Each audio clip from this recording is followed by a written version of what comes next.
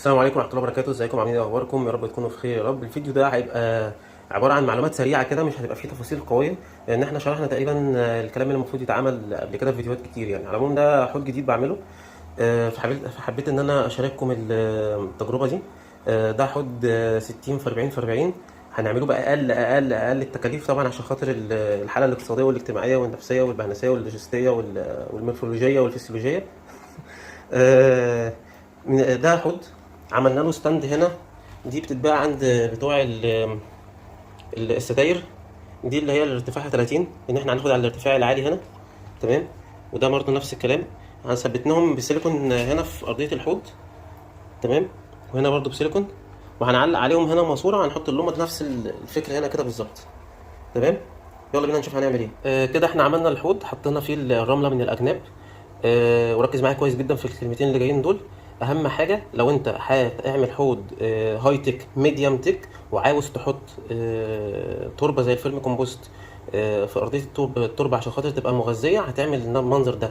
لان انت لو حطيت الفيرمي منه للازاز على طول هيتسرب من الجناب، وهتعاني معاناه شديده على اللونج ران. طول ما انت ماشي مع الحوض هيفضل يسرب لك الفيرمي، وهتلاقي الميه بتصفر ومغذيات طالعه بالهبل. لازم الفيرمي يتكبس في ارضيه الحوض كويس جدا بالمنظر اللي احنا عاملينه دوت. اما بالنسبه للناس بتاعه اللوتك، اما بالنسبه للناس بتاعه اللوتك للمره الثالثه، بالنسبه للناس بتاعه اللوتك للمره الرابعه، بالنسبه للناس بتاعه اللوتك ما ينفعش تستخدم فيرمي كومبوست او اي ارضيه مغذيه طول ما انت مش هتدخل غاز للحوض ده. ليه؟ عشان خاطر هتعاني، وقلنا كتير جدا جدا جدا جدا في الموضوع ده، هتعاني معاناه شديده قاسيه مع المغذيات اللي طالعه في الميه، وانت مش عارف تسيطر عليها، ومش عارف تلحق منين ولا منين. فخليك على ان انت هتفرش ارضيه الحوض رمله عادي جدا، هتشتغل على تسميد سايل. اي حد يقول لك غير كده فهو بدعه، وكل بدعه ضلاله وكل ضلاله في النار. الغلط يا جماعه ان ياما قلنا وياما ناس جربت واتقرصت، ودايما انا بقول عشان بتصعب عليا الناس اللي بتعاني وبتحط فيرمي. طيب عشان ما نقعدش نطول كتير، ده فيرمي كنت جايبه، كان ناشف جدا. طبعا احنا بنجيب الفيرمي عشان خاطر المحتوى البكتيري بتاعه، عشان التغذيه بتاعته. فكنت جايبه من صديق ليا في اسكندريه اسمه الاستاذ ابراهيم. قال لي ان ده فيلم وكان ناشف جدا وما كانش رطب، وطبعا طالما ما كانش رطب يبقى البكتيريا بتاعته هنا تحوصلت. فقال لي ان انت دي معلومه بقى سر جامد جدا، حتى انا تحريت منها وسالت ناس متمكنه جدا في موضوع الفيرمي كومبوست. قال لك لو الفيرمي ناشف هتجيب ميه تنديه بيه، يعني يبقى بص يبقى مندي، والميه اللي انت بتنديه بيها فيها معلقه او معلقتين عسل اسود، عسل اسود، ويتحط عليه لمده يوم، يتندى بيه ويتخمر. هنا البكتيريا هتبتدي تنشط تاني. يلا بينا كده. الحمد لله احنا فرشنا الفيرمي كومبوست وكبسناه في الارض. هعيد للمره المليون، اخواننا بتوع الاحواض اللوتك ملهاش دعوه بموضوع الفيرمي كومبوست خالص، انت هتعدي كل اللي احنا بنعمله ده. بس انا عشان عامل حوض هاي تك، عشان خاطر داخل بيه مسابقه وبفوق شويه نباتات، وجاي لي نباتات جديده وشويه حاجات كتير قوي كده. المهم، في صديق ليا في اسكندريه عامل اكتف سويل محترم جدا. انا كنت جربت منه حاجه بسيطه قبل كده. فده باكوره انتاج مصري.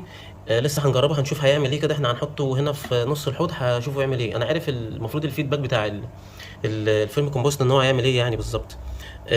فاحنا هنجرب الاكتف سويل بتاع ابابيل ده. ده بتاع صديقي محمد موافي.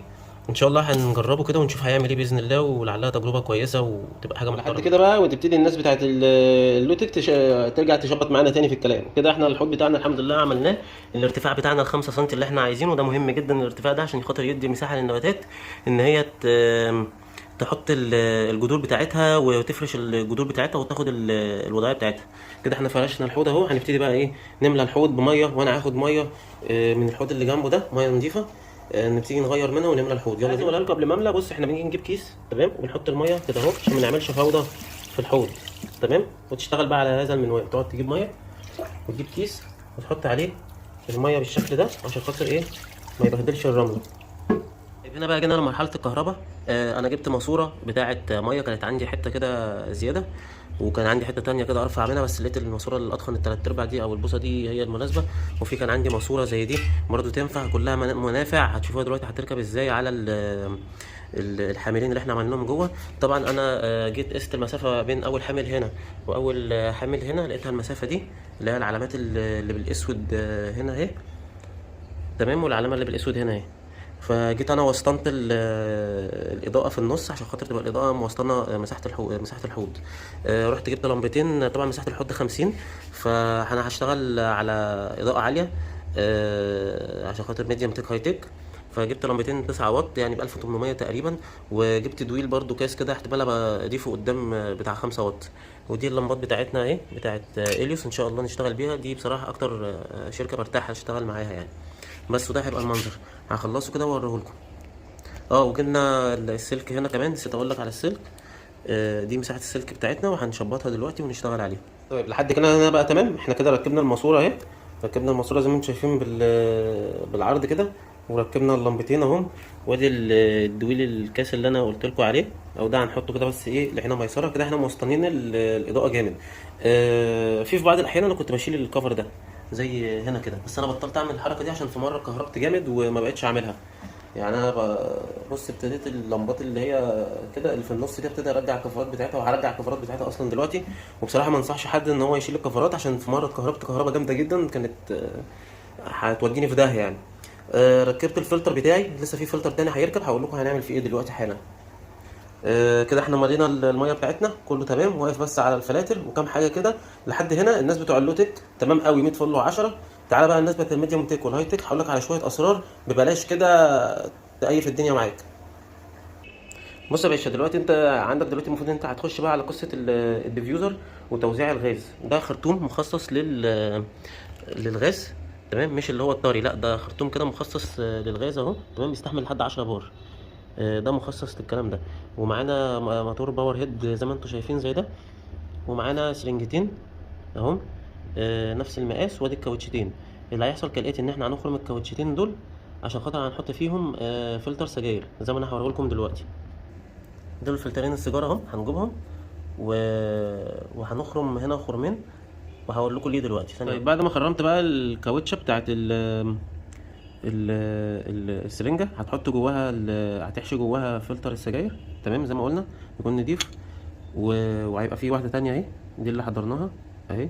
وبعدها اقوم جاي حاططها، اللي خلي البوز الرفيع من تحت والشفه من فوق، تمام؟ بالمنظر ده اهي. خلاص هتملاهم كده، تمام؟ وهتقوم جاي، انا عندي الفلتر هنا ده بحط خارم فيه عشان هاجي ابيت دي هنا جوه السفنجه دي ونيمها جواها هنا. ولما الغاز يطلع هيبقى جوه السفنجه، وبعد كده يطلع يتضرب في المروحه، وبعد كده يطلع في الحوض. تعالوا بقى نشوف الموضوع ده هيتم هنا بقى. احنا خلاص حطينا السرنجه، تمام؟ في السفنجه هنا جوه مع الباور هيد زي ما قلنا.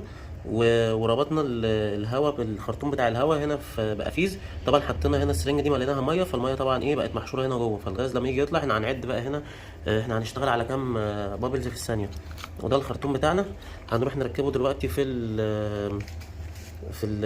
محبس الخنق، هنشوف هنعمل ايه دلوقتي. طبعا هنا الحمد لله احنا شغلنا الفلترين. واحد اللي جوه ده شغال زي ما انتم شايفين جايب هوا، والتاني ده لسه ما شغلناهوش. احنا وصلناه دلوقتي اهو الخرطوم. انا استخدمت بقى الفراغات بتاعه العلاقه اللي هي بتاعه السجاير دي استخدمت الفراغات بتاعتها، وبقيت ايه ادخل واخرج منها الخراطيم عشان خاطر تبقى محكومه. انا ده وصلتها خلاص بمحبس الخنق، واحنا موصلينه دلوقتي بالانبوبه.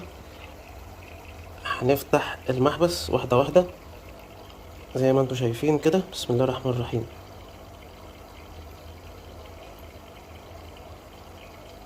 هيبتدي الهواء اهو يطلع اهو. طب كده احنا شغالين جامد قوي. عايزين نشتغل على 1 بابلز في الثانية، اللي هو ايه 101 102 103 104 زي ما انتم شايفين. بس تعالى اوريكم هنا، ادي الفلتر التاني اشتغل اهو، تمام؟ بقى بيجيب ثاني اكسيد الكربون، او ابتدى يشتغل ايه ده، اقول مثلا 1001 1002. لا ده كده شغال 2 بابلز في الثانيه، كده هيبقى كتير قوي. المهم انا ههديه يعني دلوقتي. وهنا هو اشتغل زي ما انتم شايفين، واحد شغال اكسجين وواحد شغال ثاني اكسيد الكربون. شغل دفع رباعي يا باشا. ابتدت تشتغل ايه عشان انا هديتها 1001 1002 1003 1004. خلاص كده احنا حضنا اشتغل واقف على الزراعه بس. طبعا واقف على الدوره البيولوجيه. انا هحط له، انا بستخدم جرود باكت اللي هو المنتج بتاع جرود باكت بتاعي، عشان خاطر بيعمل الدوره البيولوجيه بيظبطها. فانا هحطها عشان انجز الدوره البيولوجيه، وهوريكم كده كام حاجه هنزرعها دلوقتي هنعمل بيهم تيست على الحوض ده ان شاء الله. و... ونقول الحمد لله كده.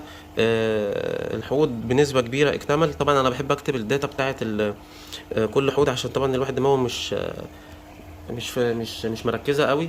فبكتب هنا مثلا انا كل حوض عندي بكتب ان ده 50 لتر، بعلم العلام بتاع سحب الميه، بعلم العلامه الربع التاني. بحب اعلم الحوض بتاعي عشان ابقى عارف العلامات بتاعته شكلها عامله ازاي. كده احنا شغالين بابلز واحد في الثانيه على محبس الخنق. كده شغالين واحد اكسجين وواحد ثاني اكسيد كربون، الاتنين لازم يكونوا شغالين مع بعض. والتيار اهم حاجه موجوده في الحوض، لازم التيار. طبعا الخلفيه دي بقى خلفيه الحوض دي بتاعتك انت، انا حاطط الخلفيه الريمبو دي اشوف ايه اخبارها عشان اول مره اجربها. ده هنا نهايه المطاف، النهارده اول يوم. انا زرعت شويه نباتات للي هيفهمها. بص انا بعمل تيست بنباتات يعني سوبر حساسه كلمه سوبر حساسه دي يعني قليله شويه. كلها نباتات هاي تك، وفي حاجات ادفانسد. المهم ان احنا هنحط بقى البكتيريا عشان خاطر الدوره البيولوجيه وكده بس. وهنتابع معاكم بقى الحوض ده بقى هيوصل لفين وهيعمل ايه، وايه السلبيات اللي انا متوقعها، وايه الموضوع المفروض يوصل يعني ويحصل. فربنا يستر. كده احنا معانا هنا روتالا بونساي، ماكندرا ميني تايب 4، بليكسا جابونيكا، تورنيدو، شويه حاجات بقى ايه يعني. بص كانت متدمره شويه، فانا جايبها عشان اعمل بيها تيست. يعني في حاجات كده اصلا صحتها مش عاجباني، فانا واخدها عشان خاطر ايه، اشوف هي هتعمل ايه في الحوض ده. امانيا جولد، ولاتشي كده يعني. ف يلا دعواتكم ونتابع مع بعض الحوض ده هيعمل ايه معانا وهيوصل بينا لفين. ربنا يستر. السلام عليكم.